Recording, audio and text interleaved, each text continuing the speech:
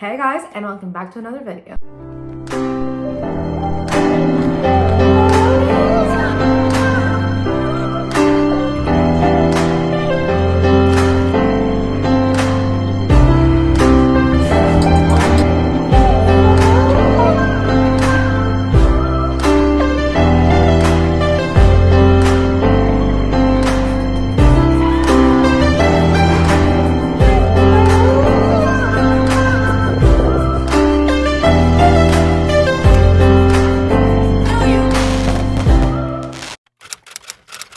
In this video, I just want to leave a disclaimer. If you guys see me looking outside a lot, is because I'm filming in my residence, and I'm gonna leave here the clip of what I'm seeing.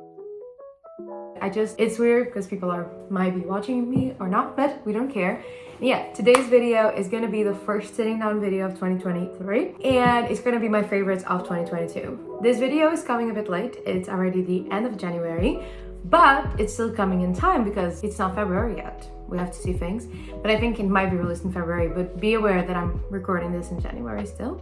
But yeah, I'm really excited. 2022 in terms of content, like media and everything, I think I consumed a lot. I'm always a person who watches a lot of movies, TV shows, but I think this year, I don't know if I was going on this app that I use that is called TV Time, and it's a great app, by the way. And I was seeing what I watched in last year, and either I didn't track all of what I watched, or I'm not as impressed with myself as I was in the other years. I'm not impressed.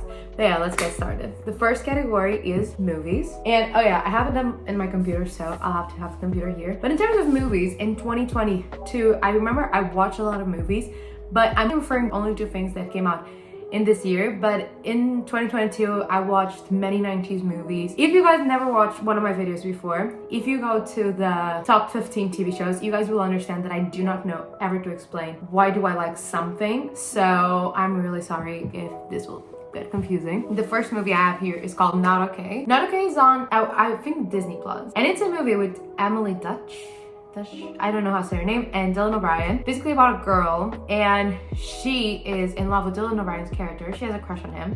So she decides to pretend to make her life more interesting. She pretends she goes to Paris. But in Paris, while she's there, something terrific happens, so that she has to pretend she lived through it.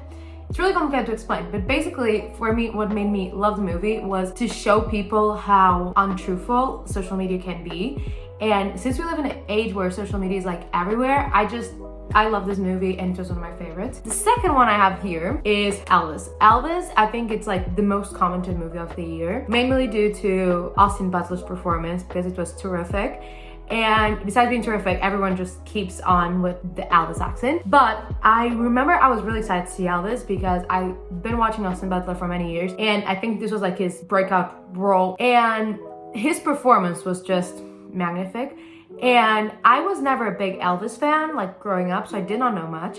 But watching this movie, I was really impressed with his story, but how they built the script. I remember watching it, and I posted this story, and I said definitely award-winning, and right now it got Golden Gloves and has Oscar nominations, so I think I predicted it. But it's a really great movie. If you haven't watched it, go and watch it. I know it right now is on HBO Max. Do yourself a favor and go and watch it. The next one was this movie and Elvis are my two favorite movies of the year, which is The Batman. I'm obsessed with superhero movies, you guys don't understand.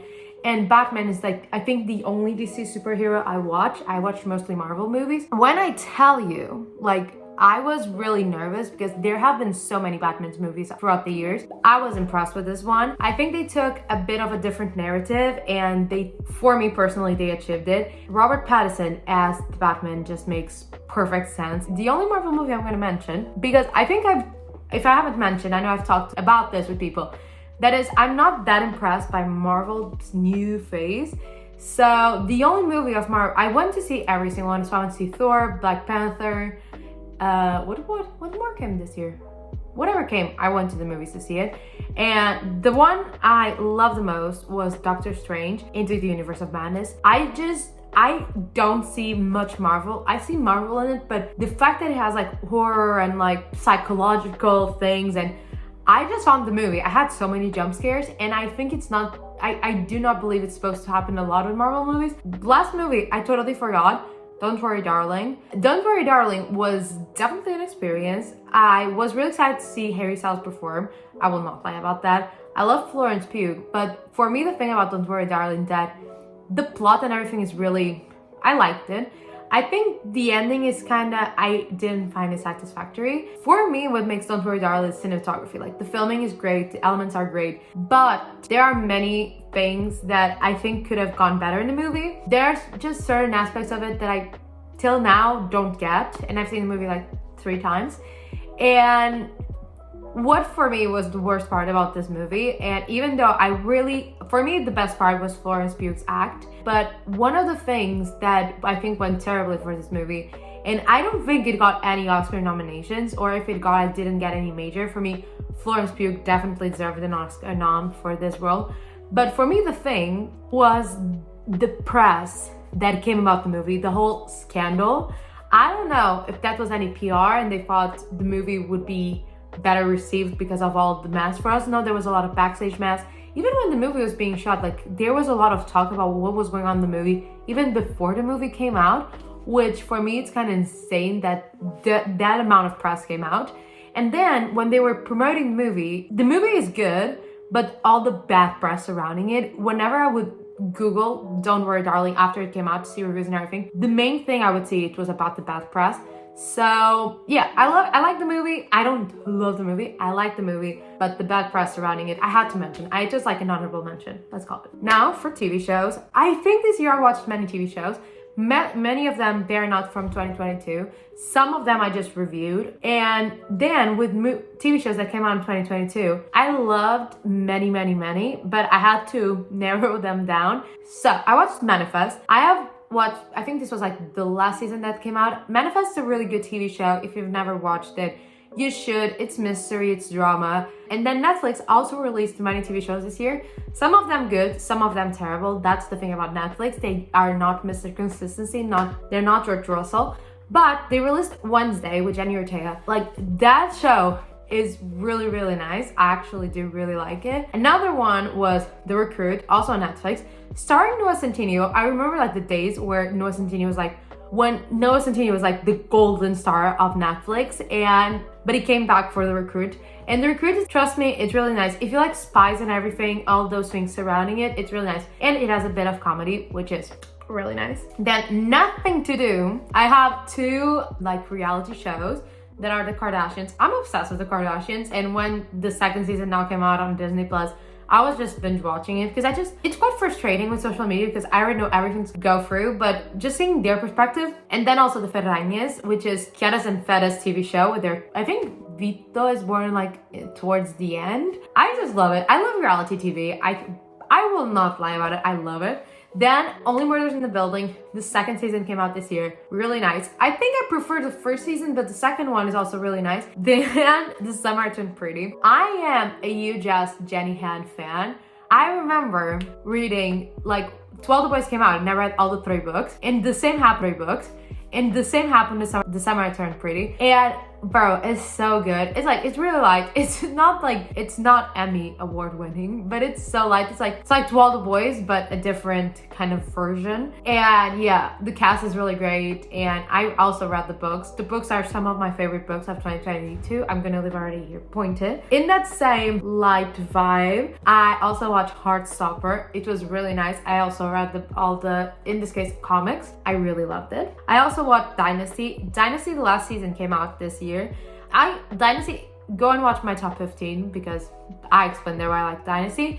But yeah, the last season was really nice. I was really sad it's over. And then I think the last show I'm gonna mention is Dahmer, which is, I think it's controversial for me to say it's one of my favorites because it's not a favorite. I think it's more a show that left me like feeling a lot of things. For us to know, it's a show with Evan Peters. Evan Peters is absolute king, and he won a Golden Globe for it. So he won, and his acting is phenomenal. The problem with the show is, of course, like, the story. It's about Jeffrey Dahmer. If you guys do not know, he was a serial killer. And yeah, that part is not that likable, but the show itself is really good. Ryan Murphy, he knows how to do things. So yeah, those are my TV shows. Now for books. I started the year reading so much. And then it just went down the hill. Like, I moved to Italy. I'm currently in my room filming. I moved, and I just, ever since I got here, I think I've only read books for school. And now I'm already feeling the urge again to start reading a lot. So I read many books in the beginning of the year. I have an highlight in my Instagram with books, and most of them are 2022 books I read. I would do a top 5. The Silent Patient is fucking great. If you go to my video books that TikTok made me buy, I think I mentioned most of them there. Day Both Die at the End, really great. Midnight Sun from Stephanie Meyer, which is like Twilight's in Abby's perspective. I started reading it. I haven't finished. I'm like in the last 20 pages, but I cannot be bothered to bring it to Italy because it's really heavy, but I leave tomorrow, so I'll read it. But it's really nice. I think I read 50 Shades in both perspectives. And for example, I like more his perspective because you do not get it and in the movies and not in her perspective books. And the same happened with Midnight Sun. I think I liked it a lot because we got to see Edward's perspective. And then Beautiful World, Where Are You? My Queen Sally Rooney. I just love her so much.